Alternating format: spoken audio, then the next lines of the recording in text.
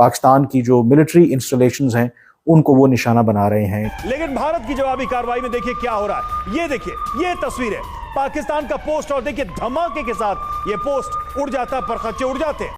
हमें सोच समझ के रिएक्ट करना है, ठीक है, क्योंकि आगे एक बैठा हुआ है।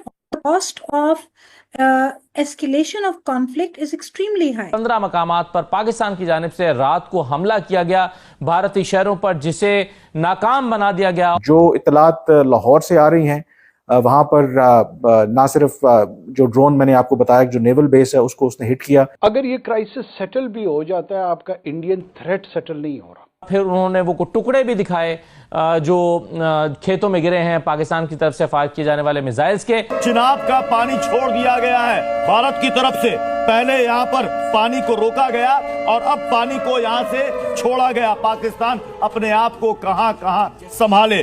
पहले दिन वो 80 जहाज भेज देते हैं, दूसरे दिन जो है वो 29 ड्रोन भेज देते हैं, आज वो 47 ड्रोन भेज देते हैं, कल वो 150 ड्रोन भेज देंगे। एक सालिसी की कोशिश की जा रही है इस वक्त खित्ते के अंदर सऊदी अरब की जानिब से। ईरान भी कोशिशें कर चुका है, जबकि अमेरिका कह चुका है ये हमारा मसला नहीं है। यूं लग रहा है कि शायद पाकिस्तान और भारत के दरमियान एक ऑल आउट जंग शुरू ना हो जाए। घंटे थे जितने अहम थे, आइंदा 24 घंटे ज्यादा अहम करार दिए जा रहे हैं। अगर हम बहुत ज्यादा चेस्ट थम्पिंग करते हैं तो मैं सबसे ये पूछूंगी कि हमारा रिटेलिएशन की एबीसीज क्या है। मोदी जी ने मधुबनी में कहा था कि हम आतंकवादी और उनके आकाओं को मिट्टी में मिला देंगे। और गुज़िश्ता जो 24 घंटे थे जितने अहम थे, आइंदा 24 घंटे ज्यादा अहम करार दिए जा रहे हैं। पाकिस्तान के मुख्तलिफ इलाकों के अंदर ड्रोन अटैक्स इंडिया ने किए। पूरी दुनिया के अंदर जब भी इस तरह के वॉर्स डिक्लेयर होती हैं या सेटल्ड एरिया के अंदर अटैक्स होते हैं, अवाम गम और गुस्से का इजहार करती है। अवाम के पास वाहिद फोरम गम और गुस्से के इजहार का वो सोशल मीडिया है या फिर चाय ढाबे की दुकान है। आप इंडिया चले जाएं, वहां पर भी उनका जो डिफरेंस ऑफ ओपिनियन है वो आपको हर जगह सुनने को मिलेगा। देखिए, ऐसा है कि हम लोगों ने क्या किया और पाकिस्तान ने क्या किया। मोदी जी ने मधुबनी में कहा था कि हम आतंकवादियों को, आतंकी को और उनके आकाओं को मिट्टी में मिला देंगे। तो फेज 1 जो स्टेटमेंट है वो आतंकियों से रिलेटेड है। तो आतंकियों के तो पूरा ध्वस्त कर दिया, 9 सेंटर्स पर अटैक किया। मसूद अजहर का परिवार के 10 लोग मारे गए, उसकी पत्नी, उसके बेटी, सब लोग मारे गए। रौफ असगर है, वो भी मारा गया, जो IC 814 का मास्टरमाइंड कहा जाता है। तो मसूद अजहर ने तो खुद एडमिट किया है कि इससे अच्छा होता कि मैं मर जाता। तो उसकी इच्छा तो पूर्ति होगी निकटतम भविष्य में, इसमें कोई डाउट नहीं है। लेकिन आप देखिए कि हिंदुस्तान ने कितना बढ़िया मैसेज दिया है वर्ल्ड कम्युनिटी को कि जिसने खता की वो सजा पाएगा। खता की आतंकियों ने तो वो सजा पाए।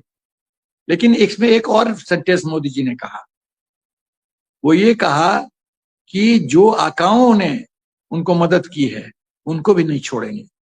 तो आकाओं सब कौन है? पाकिस्तान का आर्मी चीफ, ISI,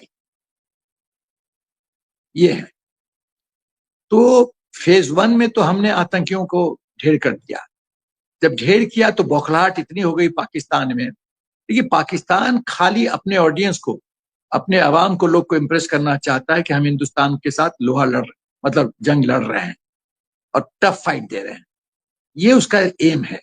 उस एम के लिए ये शैडो बॉक्सिंग करता है, आर्टिलरी गन ओपन करता है और हमारे बॉर्डर के पास जो आउटपोस्ट है उन पर अटैक करता है, हमारे सिविलियन एस्टैब्लिशमेंट को अटैक करता है। हमने सिविलियन एस्टैब्लिशमेंट को अटैक नहीं किया। आप यदि वीडियो देखिए जो डिस्ट्रॉय हुआ है इनके सो कॉल्ड आतंकी यूनिवर्सिटी, तो उसमें उसके पीछे जो घर है इंटैक्ट है, उसके बाएं साइड में जो पेड़ है वो इंटैक्ट है। इतना precision and pin point accuracy के साथ सेलेक्ट करना, ये भारतीय सेना की काबिलियत है। तो हमने पाकिस्तान के मिलिट्री एस्टैब्लिशमेंट को भी टारगेट नहीं किया, हमने आतंकियों को ही टारगेट किया है। लेकिन पाकिस्तान ने क्या किया? पाकिस्तान ने हमारे सिविलियन सिटीज को टारगेट किया है, कोशिश किया हमारे मिलिट्री इंस्टॉलेशंस को भी टारगेट करने का। तो ये डिफरेंस है, इस दोनों डिफरेंस है। लेकिन यदि पाकिस्तान समझता है कि हमारे सिविलियन, हमारे सिटीज को टारगेट करेगा, हमारे मिलिट्री एस्टेब्लिशमेंट को टारगेट करेगा और हम तमाशा देखेंगे, तो वो बहुत बड़ी भूल कर रहा है। जैसे को तैसा, टिट फॉर टैट, जैसे को तैसा, उसी भाषा में हम जवाब देंगे। या सर, रात को इन्होंने अवंतीपुरा, श्रीनगर, जम्मू, पठानकोट, अमृतसर, कपूरथला, जलंधर, लुधियाना, आदमपुर, भटिंडा, चंडीगढ़, नाल, फलौडी, उत्तरलाल एंड भुज, यहाँ पर ड्रोन्स और मिसाइल से अटैक करने की कोशिश की। पर सबसे इंटरेस्टिंग था जो हमारा डिफेंस सिस्टम जो बिल्कुल स्ट्रांग था, इनके अटैक की तरफ पहले से ही एक्टिवेटेड था, लॉन्ग टर्म प्लानिंग लेकर चल रहे हैं सर जी। एकदम। देखिए, जो हम लोग का एयर डिफेंस सिस्टम था जब मैं सर्विस में था, तो बहुत ही पुराना सिस्टम था, L60 एंड L70 गन्स, वो एयर डिफेंस का था, उससे बात बनती नहीं थी। अभी जो हमारी एयर डिफेंस कैपेबिलिटी है वो है ड्रोन्स और वो है S-400 जो हमने रसा से लिया है, 5 स्क्वाड्रन हमने खरीदा है। उसका रेंज कहिए तो वो उसकी जो टेक्निकल कुछ डिटेल्स है कि 36 टारगेट्स को साइमल्टेनियसली इंगेज कर सकता है, और वो टारगेट करीब 5 स्क्वाड्रन हमने लिया है और 300 किलोमीटर तक का इसका रेंज है, 300 किलोमीटर।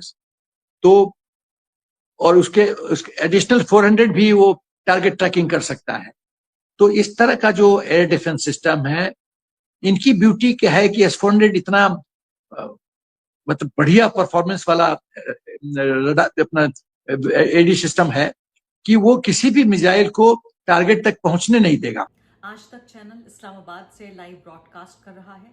टाइम्स नाउ रावलपिंडी पहुंच चुका है और कराची में मौजूद है जी न्यूज। यहां तमाम पत्रकार अपने स्टूडियो लगाकर वहां से लाइव ब्रॉडकास्ट कर रहे हैं।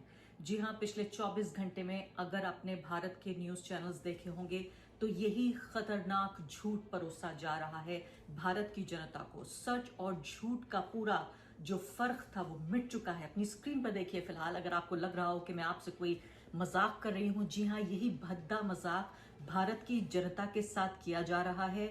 वॉर का प्रोपेगेंडा। एक तरफ पाकिस्तान से हम परेशान हैं कि तमाम तरह के झूठे वीडियो फैलाए जा रहे हैं, लेकिन इस वक्त मान लें तो वो एक तरह का दुश्मन देश है जो भारत पर आतंकवादी हमला करता है और फिलहाल तमाम तरह के हथियारों से अलग अलग जगहों पर हमले करने की कोशिश कर रहा है। लेकिन एक तरफ दुश्मन देश और दूसरी तरफ आप ये देखिए ये दुश्मन चैनल किस तरह से भारत की जनता की आंखों में धूल झोंक कर सिर्फ और सिर्फ सरकार के प्रोपेगेंडा को इस तरह से आगे बढ़ा रहे हैं कि सरकार भी शर्मिंदा हो गई है। वो भी कह रही है कि इतना तो हमें नहीं चाहिए, इस हद तक हम नहीं चाहते, क्योंकि जो भी सरकारी मैसेजिंग हो रही है वो ये हो रही है कि हम जंग को अंग्रेजी में कहें तो एस्केलेट नहीं करना चाहते, यानी बढ़ावा नहीं देना चाहते, हम यहीं पर रुकना चाहते हैं। इस तरह से बार बार जो विदेश मंत्रालय के बयान आ रहे हैं, विदेश मंत्री के बयान आ रहे हैं, उसमें कहीं भी इस बात का जिक्र नहीं है कि जंग को बढ़ावा देने की कोशिश हो रही है। लेकिन जो जंग चल रही है टीवी स्टूडियोज में, जो खून के प्यासे जो लोग हैं, इनको आप देखिए कि अपने टीआरपी के लिए, इनके लिए किसी का हित मायने नहीं रखता। भारत की जनता का हित भी नहीं है, इनके लिए भारत की सरकार का हित भी नहीं है, इंसानियत तो ये कभी समझते ही नहीं है। सिर्फ और सिर्फ अपने कारोबारी हितों के लिए कि जितना ज्यादा ये युद्ध का उन्माद फैलाएंगे, जितना ज्यादा आम लोगों को परेशान करेंगे, जितना ज्यादा आम लोगों को उनको झटका पहुंचाएंगे और कहेंगे कि वाकई संकट इस हद तक आ गया है कि दोनों देशों में ऐसा युद्ध छिड़ रहा है, तो ज्यादा से ज्यादा लोग परेशान होकर, फिक्रमंद होकर और कुछ लोग गुस्से में आके, कुछ घबरा के इनके चैनल को देखेंगे। आप अपनी स्क्रीन पे देखिए।